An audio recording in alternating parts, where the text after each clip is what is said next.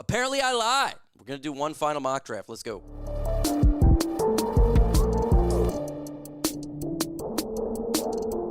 I'm recording this on Wednesday night, 10:30 p.m. You're watching this on Thursday, the day of the draft. I wanted to do one final mock draft just because I have a gut feeling that the Lions are going to make a trade. And so I have to go with the gut feeling.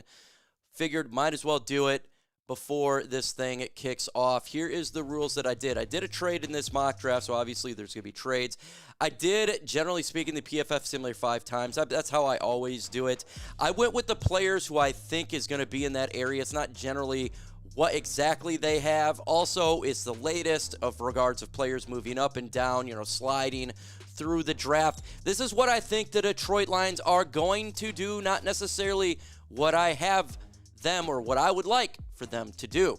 The Lions' current selections here, you got pick in round 1, 2, 3, 4, 5, and 2 in the 7th round. All right, let's go ahead and get into it. We're going to go ahead and just start with this pick here for the Detroit Lions. We're at pick 28, and the Lions make a trade. We're actually trading out of the first round for this mock draft here.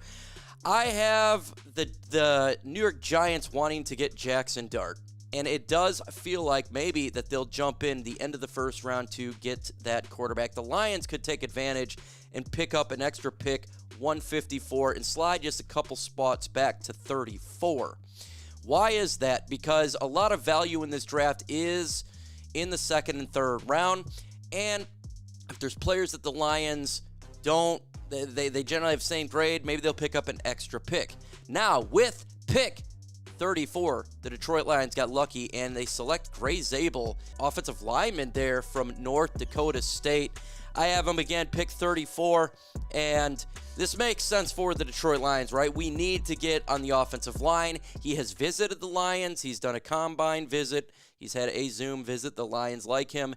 The Lions offensive line lost Kevin Zeitler. You can have Christian Mahogany and Grey Zabel on this offensive line. I know we got Graham Glasgow, but he didn't play particularly well. The offensive line is getting older.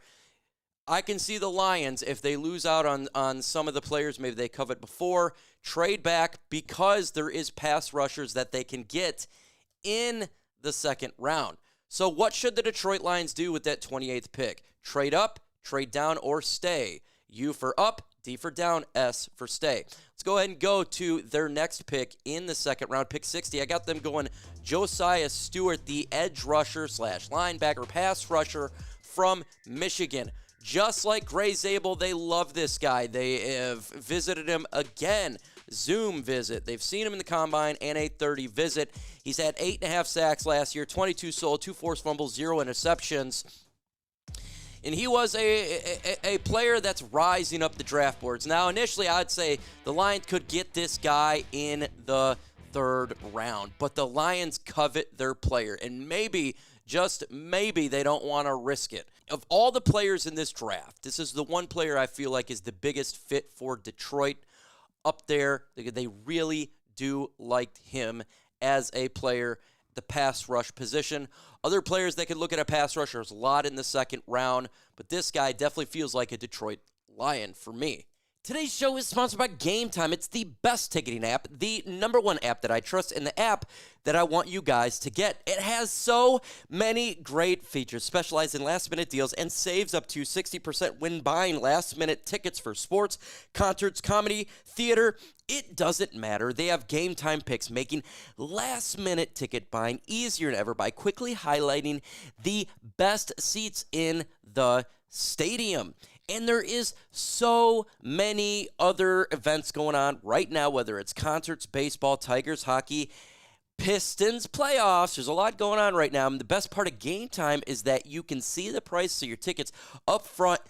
And when you do all the pricing, so you're not getting surprised by hidden fees at checkout. They also take the lowest prices guaranteed. So if you find tickets that is cheaper in a different app or service in the same exact seat, same row, same everything, Game Time's going to credit you 110% of the difference. Go see the Tigers. Go see the Red Wings. Go see the Pistons in the playoffs right now. Ton of concerts in Detroit in the summer. So get started today and take the guesswork out of buying tickets with Game Time. You plug in Chat Sports and you'll get $20 off your very first purchase. Terms to apply. You have to create account. You have an email to save that money. How you do it again? You go to the redeem code section. You plug in Chat Sports, ChatSports, to get $20 off your first purchase. Like I said, terms to apply, all of that stuff to save that money. So take the guesswork out of buying tickets with Game Time today. Download the app. Put in the redeem code section.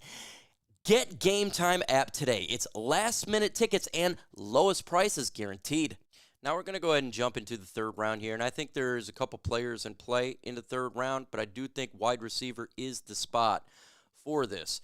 Now, there's two guys I've been looking at for Detroit, Tory Horton and Pat Bryant. And I'm going to go here and I'm going to say they go with Pat Bryant here, 6'3", 200 pounds out of Illinois, not Michigan, wide receiver senior.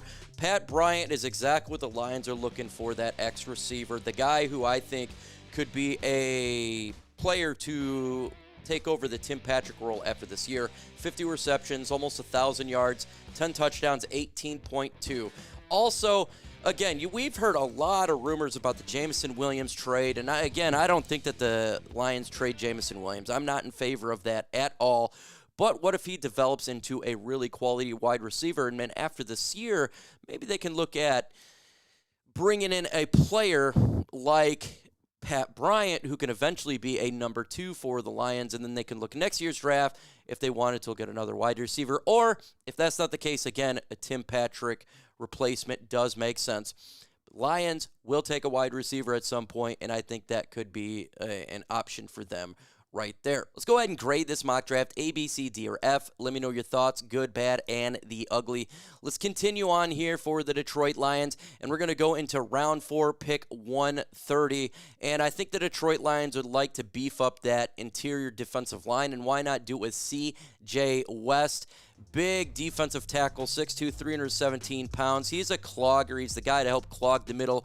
He could be your young replacement for a DJ Reader. Also, with the issues to Lee McNeil, we don't know what's going on with Broderick Martin in the future there. He can come in and be a rotational piece on the interior of the defensive line. And if you're kind of looking at this mock draft and the way that it's setting up right now, at least for the Detroit Lions, you're looking at 4 instant contributors immediately for the Detroit Lions. Grey Zabel can jump in there and be a starter on that offensive line, fight it out with Christian Mahogany and Graham Glasgow. You could look at Josiah Stewart, be a player on the edge to get after the quarterback. Maybe they do bring Zadarius Smith. You have Aiden Hutchinson as well.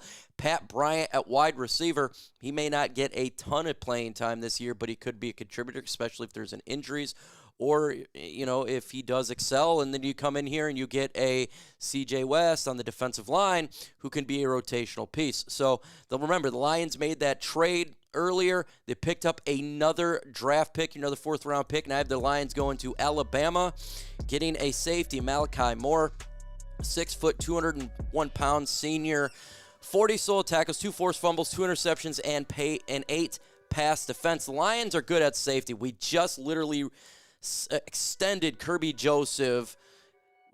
I'm recording this. It happened today while you're watching this yesterday, and we expect, right? And we know Brian Branch is going to be here for a long time, but we lost to Futu Melifanu. They want to get better at the safety position. Alabama is a place that we scout a lot. Why not go ahead and get safety and let him develop behind this really talented defensive back room? And the next pick here, we're going to go into round 5. We're going to go with the linebacker that they have brought into Detroit, spoke to multiple times. That's Kobe King out of Penn State, 6'1", 251-pound linebacker. What he has done in his tenure, 53 solo last year, 3 sacks, 1 forced fumble, 0 receptions. For 2024, not great, not the best, but we're talking about developmental linebacker, and just because we picked up Josiah Stewart earlier doesn't mean they wouldn't double up on this position, y'all. Remember, obviously, who our defensive coordinator is, a former linebacker. They want to get more linebackers. They have brought in, it feels like, 20 linebackers in for visits this offseason. That's something they would like to get covered. Now we're going to jump to the 7th round pick here and pick up a player that the Lions, I don't know necessarily like, but we potentially could get a tight end late in the draft. We're talking about a 7th-round pick here. Jackson Eyes, 6'5", from Georgia Tech. I have him in the 7th round, 230. This is a flyer pick, right? We've got some tight ends on the team right now, but they could do some more competition. 16 receptions, 195. Maybe he can beat out Shane Zylstra for that number 3 spot, right? Who knows? This is a developmental player in the Lions. At this point, they got a ton of draft picks, and kind of just utilizing what you get. Now, for me to end this draft, we're going to go in the final pick that I have here, and that's 246. We're going to go with Ty Hamilton, the defensive tackle from Ohio State. I want to get that defensive line good. Now, Ty Hamilton's more of a tweener type of defensive tackle, so it's unlike we did before with C.J. West. This guy can play on the outside as well.